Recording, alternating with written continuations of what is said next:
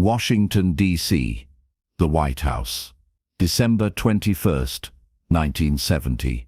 Monday morning, 10:30 a.m. The Oval Office sits in winter silence, its yellow walls absorbing the pale morning light that filters through bulletproof windows. This is the most powerful room in America, where decisions that shape the world are made every day.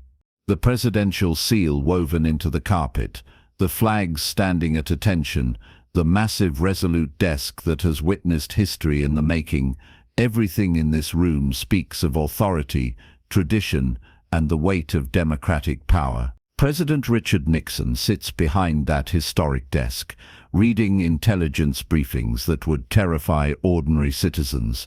At 57 years old, Nixon carries the burden of a nation at war, a country divided by Vietnam, torn apart by generational conflict, and struggling with social upheaval that seems to grow more violent each day.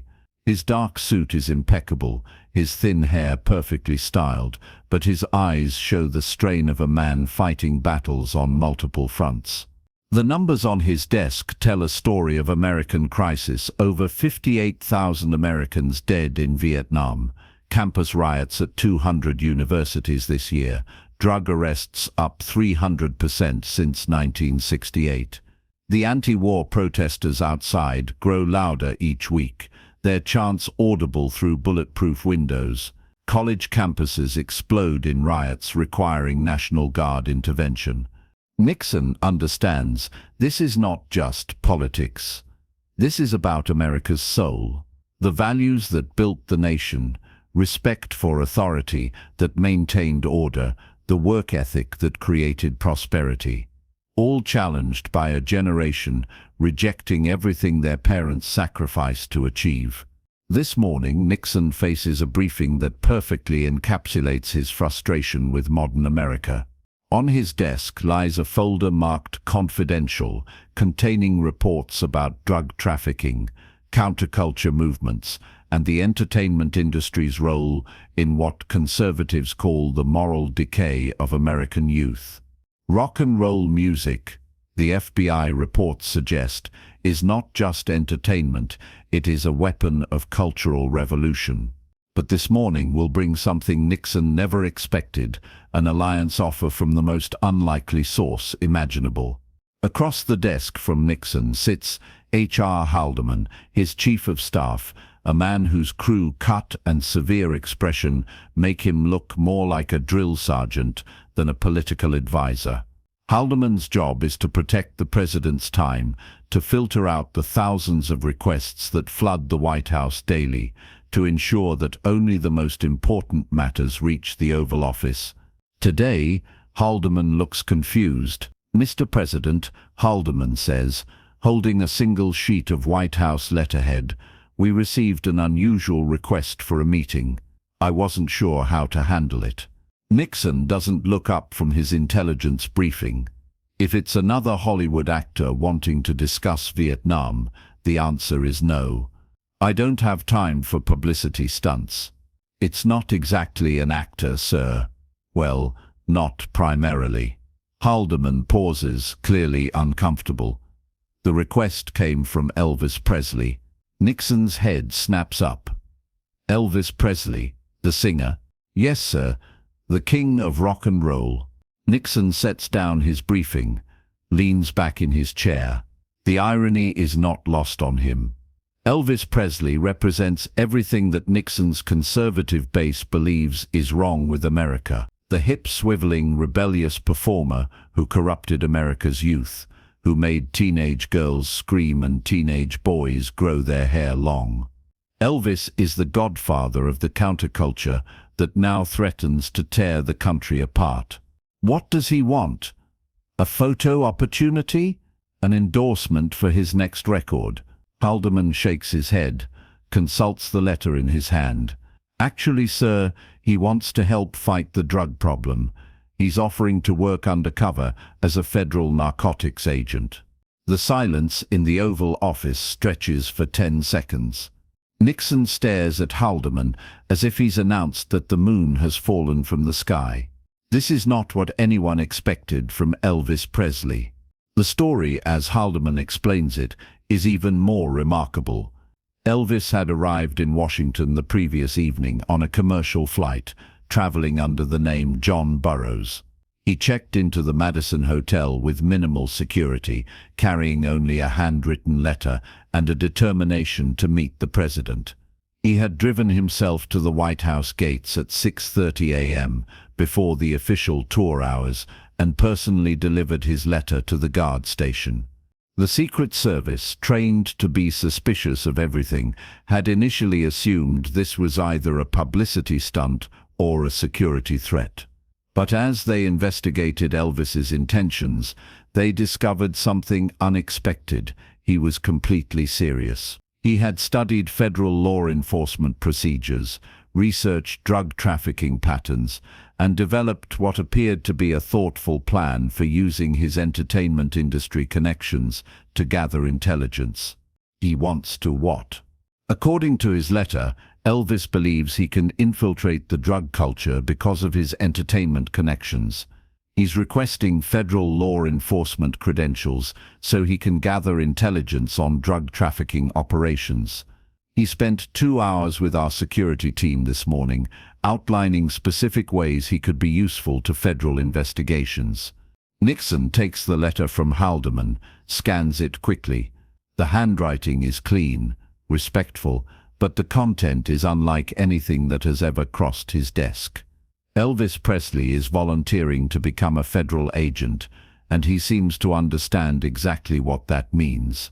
Is this some kind of joke? A publicity stunt? I don't think so, sir. The letter arrived this morning through official channels. Elvis flew to Washington last night, specifically for this meeting. He's staying at the Madison Hotel under an assumed name. His security team contacted the Secret Service to arrange proper protocols. Nixon reads the letter more carefully. Elvis's words are sincere, patriotic, even moving. He writes about his love for America, his concern about drug abuse destroying young people, his unique position to help law enforcement in ways that traditional agents cannot. The letter contains no requests for publicity, no mention of his career, nothing that suggests this is anything other than a genuine offer to serve his country. Mr. President, Haldeman continues, I should mention that Elvis Presley is not exactly what we expected. Our advance team reports that he's articulate, well-informed about drug trafficking, and seems genuinely passionate about this issue. He studied federal law enforcement procedures and has specific ideas about how he could be useful. Nixon sets the letter down, stands up, walks to the window that overlooks the South Lawn. Outside, protesters hold signs demanding an end to the Vietnam War, an end to what they call the corrupt establishment that Nixon represents. Young Americans who see him as the enemy, who view his administration as everything wrong with the older generation. But now, one of the most famous young Americans alive wants to work with him, wants to serve his country, wants to help solve the drug crisis that threatens to destroy an entire generation. Schedule the meeting. Nixon says finally, Sir, you heard me. Schedule the meeting. If Elvis Presley wants to help fight drugs, I want to hear what he has to say. Haldeman makes a note on his pad. How long should we allocate for this meeting, Mr. President? 15 minutes. If this is a publicity stunt, 15 minutes is more than enough time to figure it out. 2 hours later, the Oval Office, 12:45 p.m. The same room, but the atmosphere has changed completely. Secret Service agents have swept the office twice, checking for recording devices, security threats, anything unusual.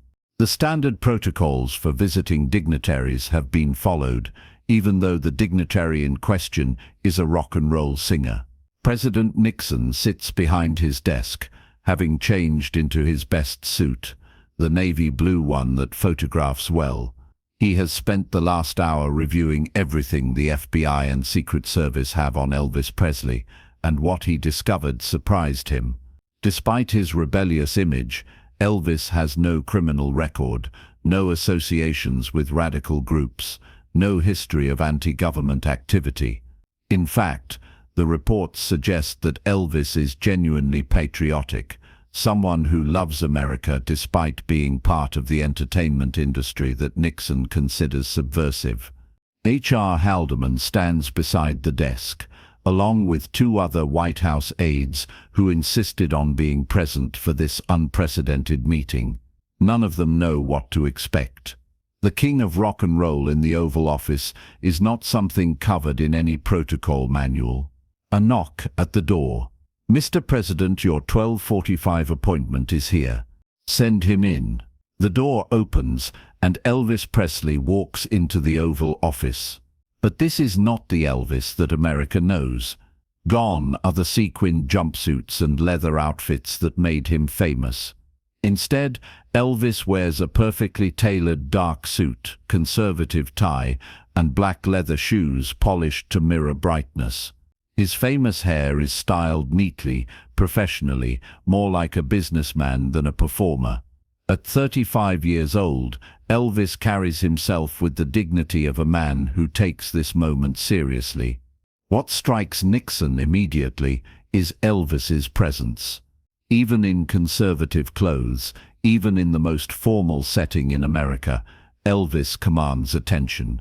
There is something magnetic about him, something that makes the room feel different just by his being in it. This is not just a singer.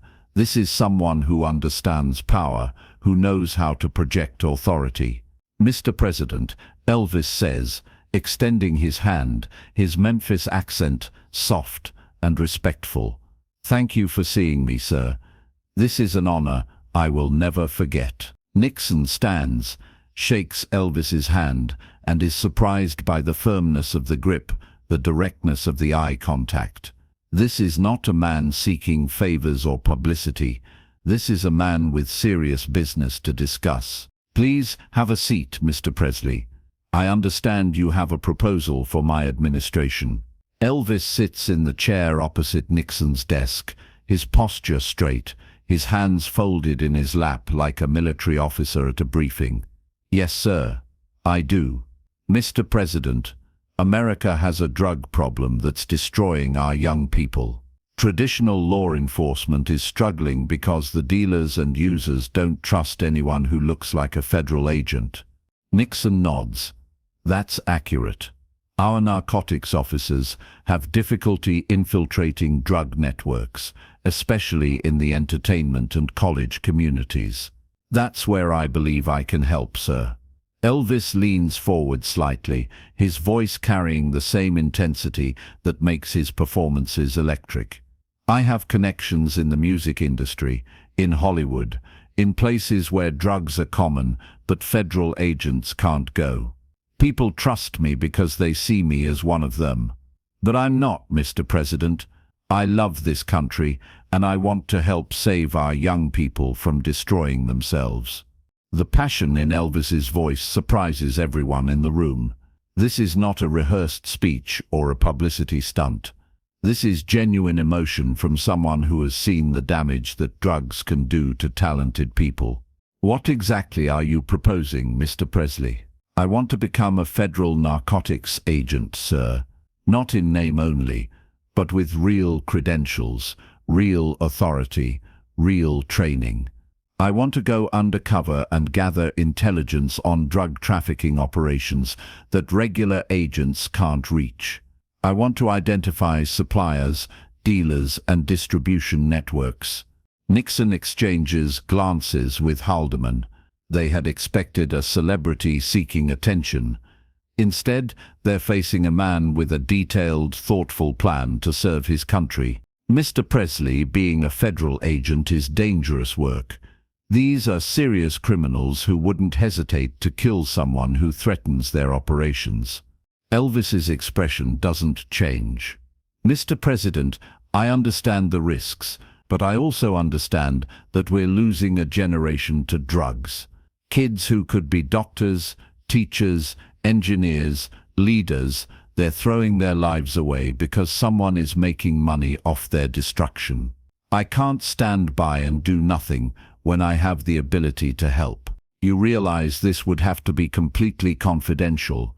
No publicity, no career benefits, no public recognition. I don't want publicity, sir. I want to make a difference. I want to serve my country the way other Americans serve their country. Nixon studies Elvis carefully, looking for signs of deception, ulterior motives, anything that suggests this is not genuine. He finds nothing but sincerity and determination. Mr. Presley, what made you decide to do this? You're at the peak of your career, making more money than most Americans will see in a lifetime. Why risk everything to become a federal agent? Elvis is quiet for a moment, choosing his words carefully. Mr. President, success without service is empty. I've been blessed with fame and fortune, but that doesn't mean anything if I don't use those blessings to help people. Too many young Americans are dying from drugs, and I have connections that could help stop it. If I don't act, then I'm part of the problem. The Oval Office falls silent. Nixon realizes he is witnessing something extraordinary, a celebrity who genuinely wants to serve rather than be served, a performer who is willing to risk his career to help solve a national crisis. Mr. Haldeman, Nixon says, contact the Bureau of Narcotics and Dangerous Drugs. Tell them I'm sending over a special consultant who will be working directly with their undercover operations. Elvis's face lights up with genuine joy and gratitude. Mr. President, you won't regret this decision. I promise you that.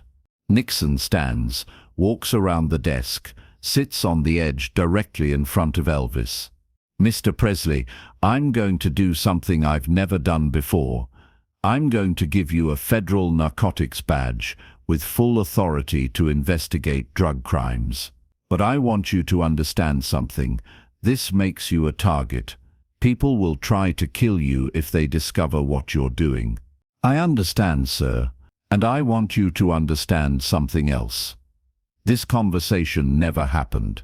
As far as the public is concerned, you visited the White House for a courtesy meeting.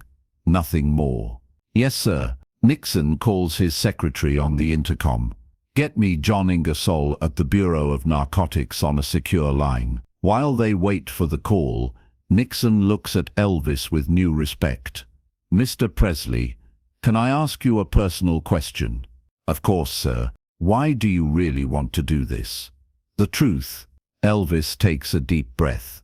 Mr. President, I've seen what drugs do to people. I've lost friends, musicians I respected, people with incredible talent who threw it all away for a chemical high. I've watched entire communities destroyed by dealers who don't care about anything but money. And I've realized that I have something most federal agents don't have access. People trust me, confide in me, invite me into places where they would never let a government agent go.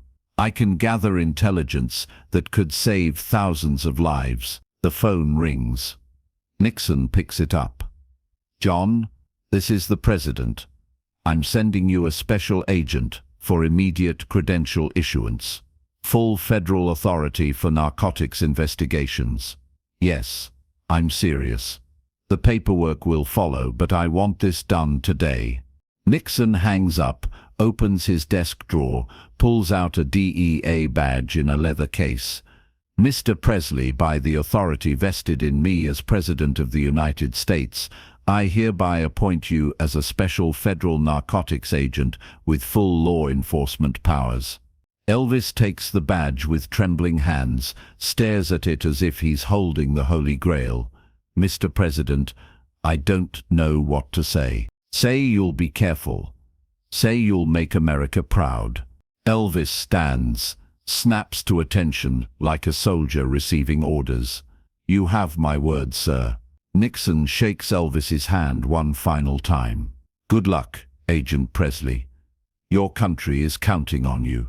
As Elvis leaves the Oval Office, badge secured in his jacket pocket, Nixon watches through the window as the most famous man in America walks across the South Lawn like any other federal employee reporting for duty. Haldeman approaches the desk. "Mr. President, do you think we just made a mistake?" Nixon continues watching until Elvis disappears into a waiting car. "No, I think we just made history. That young man is going to surprise a lot of people." 3 years later, Elvis's undercover work will help shut down major drug trafficking operations in Las Vegas, Los Angeles, and Memphis. Information he provides will lead to dozens of arrests and the seizure of millions of dollars in illegal drugs. He will risk his life multiple times, gathering intelligence in places where traditional federal agents could never operate. The operations will read like spy novels. Elvis will attend Hollywood parties where cocaine flows freely, memorizing faces and supply chains. He will use music industry connections to identify dealers targeting musicians, gathering evidence that destroys networks responsible for countless young artists' deaths. In Las Vegas, he will infiltrate high-stakes poker games where drug money is laundered. His most dangerous assignment will come in 1972, investigating a heroin ring operating from Memphis recording studios. Elvis will wear hidden devices to meetings with dealers who trust his fame, not knowing they're confessing to federal crimes. The operation will culminate in raids across 3 states, resulting in the largest heroin seizure in DEA history. But the personal cost will be enormous. Elvis will live in constant fear of discovery, knowing that a mistake could result in death. The secrecy will isolate him from friends and family who cannot understand his mysterious disappearances. Most remarkably, Elvis will never seek recognition. When offered a commendation ceremony, he will decline, insisting true patriots serve without expecting praise. But the public will never know.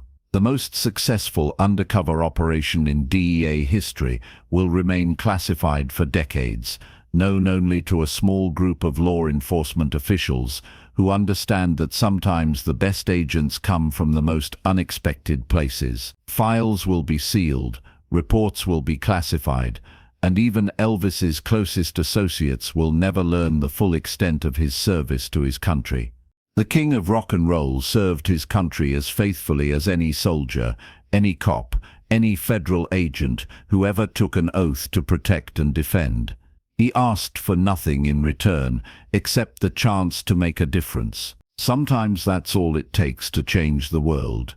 A famous person who cares more about service than celebrity, more about country than career. The handshake between a president and a king saved more lives than either man ever knew.